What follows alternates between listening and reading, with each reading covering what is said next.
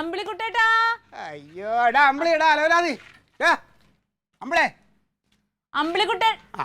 എന്താടാ രാവിലെ കിടന്ന് വിളിക്കുന്നത്? വിളിച്ചു കൂണ എന്ത് കാര്യം? അയ്യോ പിന്നെ നീ മറ്റേ അംബാനിയുടെ മോളല്ലേ നാണക്കേട് നിറയെ. എനിക്ക് പൈസക്ക് ദണ്ണമുണ്ട്. ഡേയ് നല്ല വേനൽ വരാൻ പോവുകയാണ്. അപ്പോൾ അതിന് മുമ്പേ കിണറൊന്ന് വൃത്തിയാക്കി ഇടാന്ന് വെച്ചു. നീ വെള്ളം ഇതിൽ നിന്ന് പകുതി ഉപയോഗിക്കണ്ടല്ലോ. ഉപയോഗിക്കണോ? അപ്പോൾ ഇത് ഇറക്കാനായിട്ട് ഞാൻ ആളെ കൊണ്ടുവന്നിട്ടുണ്ട്.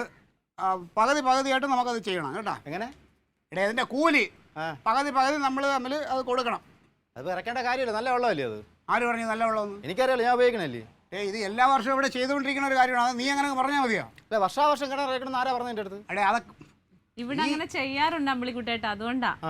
നിങ്ങൾ മറ്റേ പൈപ്പ് വെള്ളം കുടിച്ച് കിടക്കണാണല്ലേ. ഞങ്ങൾ നല്ല ശുദ്ധമായ വെള്ളമാണ്, അതുകൊണ്ടാണ് പറഞ്ഞത്. എൻ്റെ പകുതി പൈസ നീ തരണം. എനിക്കിറക്കണ്ട. നിനക്കിറക്കണ്ടെന്ന് പറഞ്ഞാൽ ഞങ്ങൾ പകുതി ഏറ്റക്കല്ലേ. ഞങ്ങൾ പകുതി ഇറക്കാന്ന് സമ്മതിച്ചിട്ടുണ്ട്. നീ പകുതി ഇറക്കൂലേ? അപ്പം നല്ല വെള്ളം വരുമല്ലോ, അത് ഞാൻ ഉപയോഗിച്ചോളാം. ഓ അങ്ങനെ വെള്ളം കുടിക്കാന്ന്?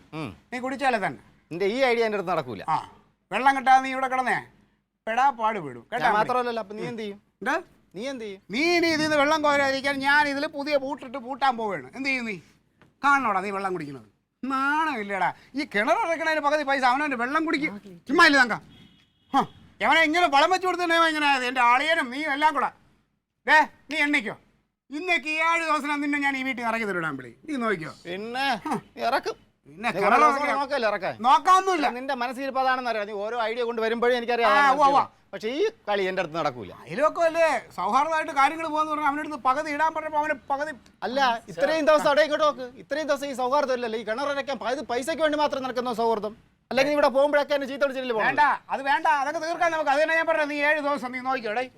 പളനി ഒരു കാര്യം ചെയ്യ്. ഇവിടെ കിണറിറപ്പും പുല്ലൊന്നും നടക്കൂല. നീ പോയിക്കോ. നീ എല്ലാം പോയിക്കോ. എങ്ങോട്ട് വെച്ചാൽ പളനിക്കാ തിരുപ്പതിക്കാ പോയിക്കോ. കയറുവാ. நான் எப்படி சார் போறது? എന്ത്? நான் ஊர்ல வேலை எல்லாம் விட்டுட்டு இந்த கிணறு அரைக்கிறதுக்கு வந்தேன் சார். അതിനിവിടെ എന്ത് വേണം? പൊക്കിവിടെ നിനക്ക്. சார் பணம் கொடுங்க சார். എന്തിനു പണം?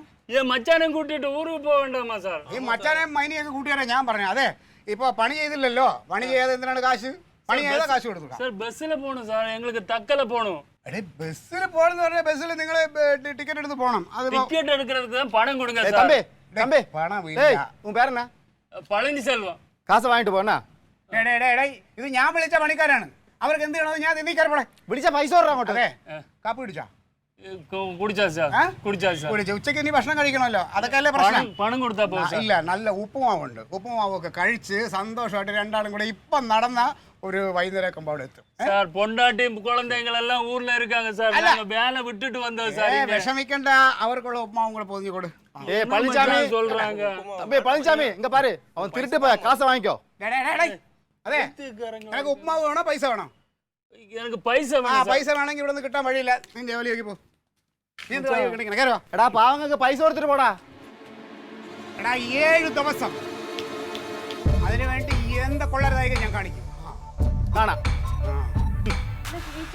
രാവിലെ കഴിച്ച് ഓരോരുത്തർ ഒരു ഭ്രാന്ത് പിടിച്ച് എന്ത് ചെയ്യും? 7 വേണ്ടി വരില്ല. അല്ല 7 വേണ്ടി വരില്ല. അതിനു മുമ്പേ എനിക്കറിയാം അവനെ ഒഴിപ്പിക്കാനേ.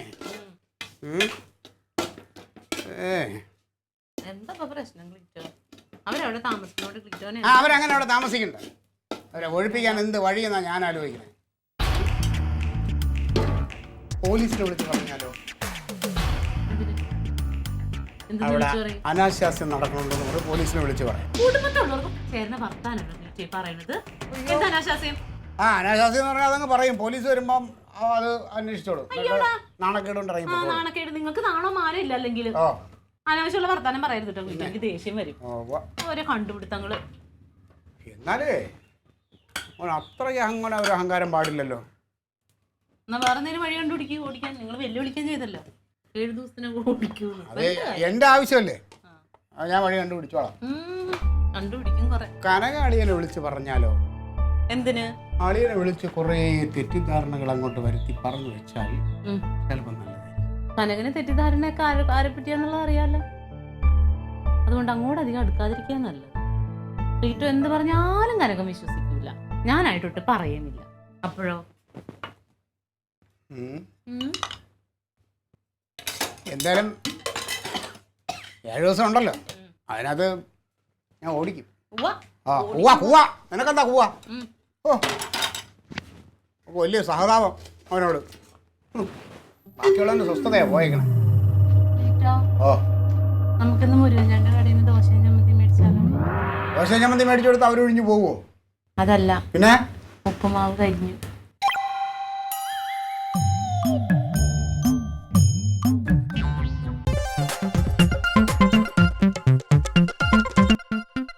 Alien versus Alien.